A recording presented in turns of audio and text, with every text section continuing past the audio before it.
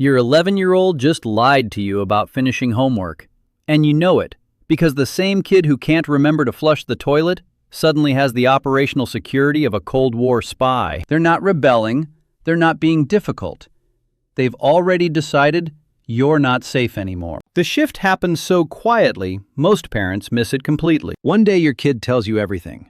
The next, you're getting one-word answers and a door that stays closed. This isn't about puberty or phones or attitude. This is about trust and the specific moments when kids mentally file you under people who don't get it. You're about to learn the 8 behaviors that make kids stop believing you're on their side, why each one lands like a betrayal, and exactly how to fix it before the door closes permanently. Number 1.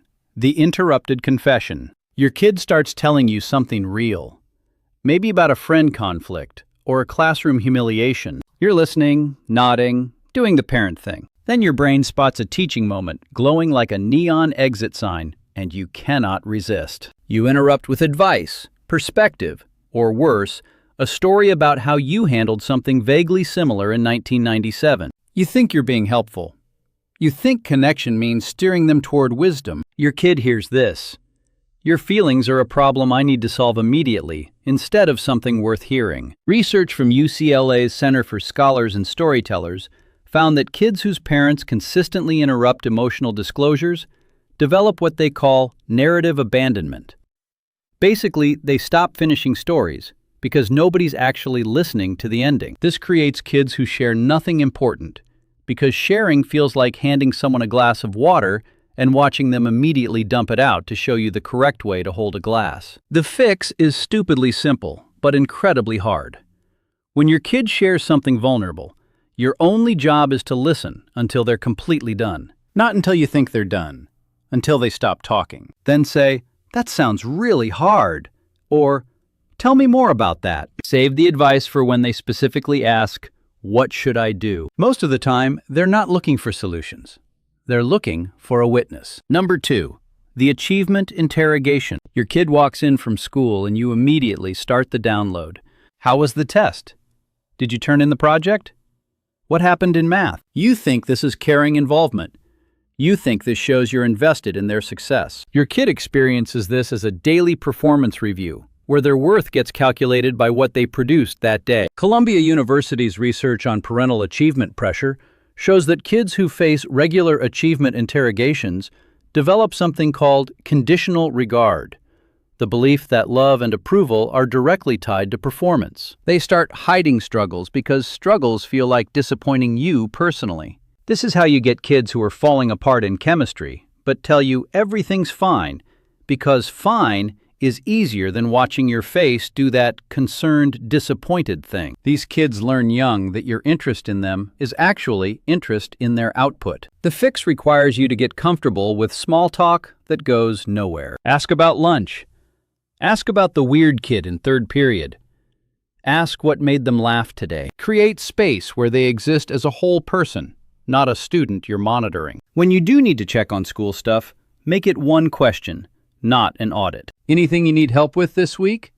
Then stop talking and see what happens. Number 3, the privacy invasion. You read their texts. You scroll their camera roll. You check their search history. Maybe you do it secretly. Maybe you announce it as house policy. But either way, you're treating their inner world like a security threat that requires surveillance. You tell yourself this is safety, protection, responsible parenting in a digital age. Your kid translates this as, "I don't trust you to be a person with boundaries, thoughts, or problems you can handle without me supervising." Yale's Digital Wellness Lab research is pretty clear on this.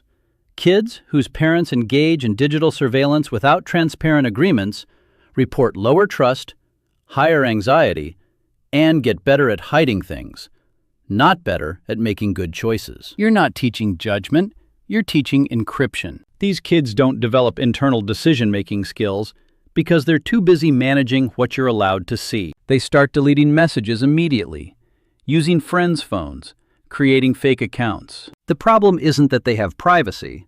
The problem is they have secrets.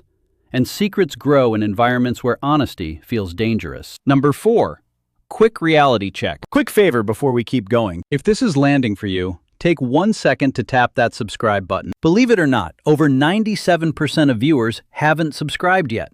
That's like your kid finally opening up and you leaving mid-sentence to check your phone. Don't be that parent.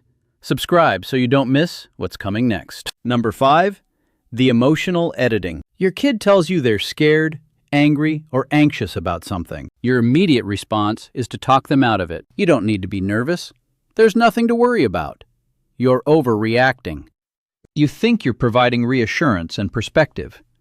You think you're helping them regulate. What your kid actually learns is that their emotional reality is wrong and needs correction. Northwestern's research on emotional validation shows that kids whose feelings get regularly dismissed or minimized develop alexithymia, basically emotional illiteracy, where they stop being able to identify or articulate what they feel, because feelings kept getting marked wrong. These kids grow into adults who say, "I'm fine," when they're drowning, because childhood taught them their emotional readings were faulty equipment that couldn't be trusted. They don't learn to manage big feelings.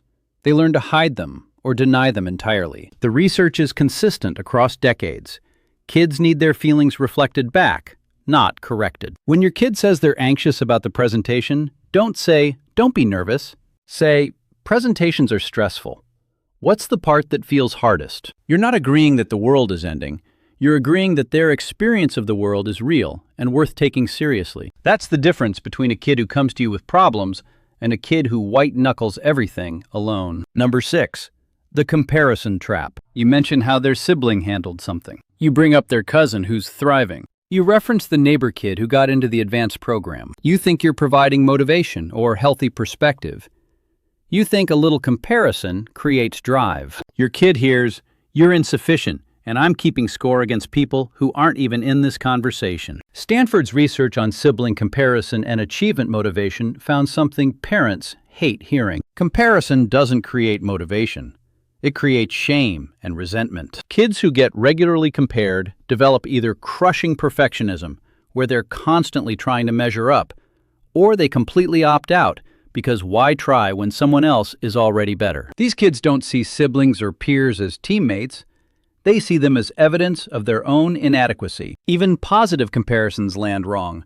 "You're so much better at math than your brother" teaches your kid that love is competitive and someone has to lose. The fix is to evaluate your kid against exactly one person, themselves. "You're working harder on reading than you were last month." Or, "I noticed you handled that frustration differently than you used to." Make progress personal. Make achievement about their own growth. Stop importing other people's wins into your kid's story, like they're supposed to be inspired instead of demoralized. Number 7, the public exposure. You share their struggles, embarrassments, or private moments with relatives, friends, or on social media. You post the meltdown story. You tell grandma about the friend drama. You laugh about their awkward phase with your book club. You think this is normal parent sharing? Bonding over the chaos of raising humans. Your kid experiences this as betrayal with an audience. Cambridge University's research on parental oversharing found that kids as young as 6 understand when their privacy has been violated for someone else's entertainment or connection. They describe feeling like content rather than people. These kids stop telling you things because anything they say might become your next funny story or cry for help post. They can't trust that vulnerable moments stay between you. What they share in private might show up public, repackaged as relatable parenting content. This doesn't mean you can never talk about your kids. This means you ask permission before sharing their stories. "Can I tell Aunt Sarah about the recital thing?" Give them veto power over what parts of their life become your social currency. Kids who know their stories are safe with you keep telling you stories. Kids who don't, stop talking and start performing a version of themselves that's share-proof. Number 8, the emotional hostage situation. Your kid does something that disappoints or hurts you. Instead of addressing it directly, you get quiet. You withdraw warmth. You sigh dramatically. You do the tight-lipped smile that means, "I'm fine, but you know what you did." You think this communicates disappointment appropriately without yelling. You think they should be able to read the emotional temperature and understand the problem. Your kid learns that love is conditional, and your feelings are their responsibility to manage. MIT's research on parental emotional withdrawal is brutal.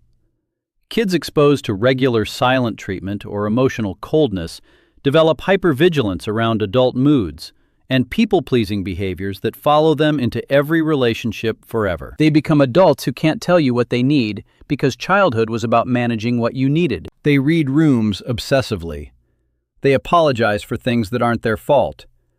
They would rather lie and keep the peace than tell the truth and risk the freeze. These patterns start young and calcify fast. The alternative is hard because it requires you to use your words when you're hurt or angry. I'm upset that you didn't follow through on what we agreed is scary and vulnerable. Giving your kid the silent treatment until they figure out what they did wrong is passive punishment that teaches them love is something they have to earn back repeatedly. If you're mad, say you're mad.